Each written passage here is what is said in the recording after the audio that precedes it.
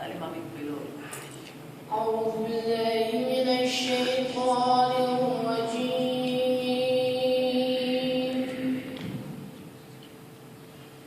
بسم الله الرحمن الرحيم.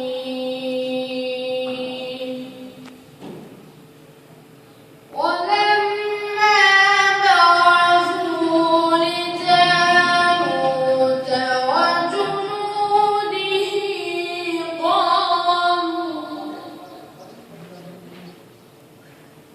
قالوا ربنا أفرغ علينا صبرا وثبت أقدامنا وانصرنا على القوم الكافرين.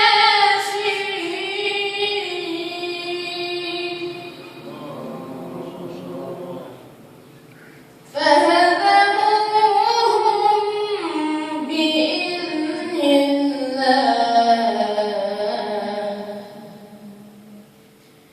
وقتل داود جالوت وآتاه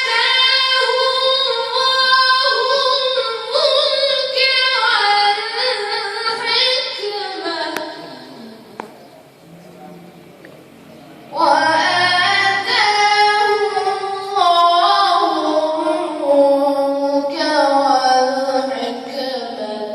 وعلمه مما يشاء